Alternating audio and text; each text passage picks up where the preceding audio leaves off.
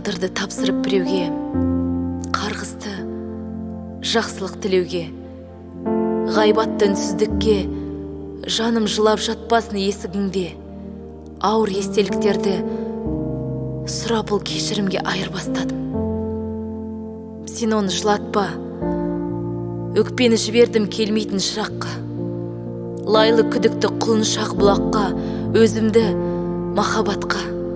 Жан айғайын сабыр атты керенге, көңіл қалауын тереңге. Қасіретімді өлеңге айырбастадым.